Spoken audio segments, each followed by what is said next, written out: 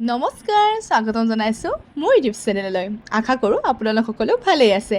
আজি ভিডিঅ'ৰ বিষয়বস্তু লৈ আহিছোঁ চতুৰ্থ শ্ৰেণীৰ অসমীয়া বিষয়ৰ চতুৰ্থ অধ্যায় খাদ্য, স্বাস্থ্য আৰু পৰিচ্ছন্নতাৰ পাঠ 1 শাক পাচলিৰ বাগিচা।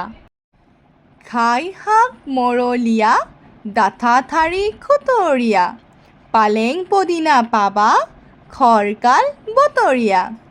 লফা শাক বিজলুৱা, চুকা শাক টেঙিচি, বাবৰি লেহেতি কাটি ভাজি খাবা দগচি, মেথি মাটি কাদুৰি দোৰোণৰ তিতিকি, মানিমুনি ভেদালি খাবা পেট পিটিকি, পুৰৈয়ে ৰাঙলী কৰে ৰঙা তেজ আৰু দাঁত, শাকনিলৈ যাওঁ আমি তোমালোকে পঢ়া পাঠ,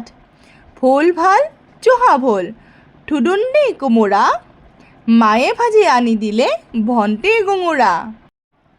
ৰঙা মিঠা লাও খাওঁ টপালি টপালি, অমিতা খাৰত যায় পেটৰ অতপালি, বেঙেনা বিজল বৰ ভেন্দি চিঙে কোনে, উৰহি পিঁয়াজ আলু লাগে মনে মনে, কেৰেলা বা কাকি ৰ'ল ব্ৰহ্ম তিতা ভাই, মুখত দিলেই দেখোঁ জীৱ উৰি যায়, গাজৰৰ হালোৱা যি সোৱাদ আছে, ছালগমৰ ভজা খাই ভাইটিয়ে নাচে, মূলা খালে কোৰমৰ পেটে মাতে বৰ, ভাত কেৰেলাত নাই কোনো লৰফৰ, তিয়হৰ বহু গুণ চালাডৰ ৰজা, বিলাহীয়ে তাৰে সতে সোৱাদ দিয়ে মজা, শ্বিলঙত স্কোৱাছৰ বাগিচা দেখিছা,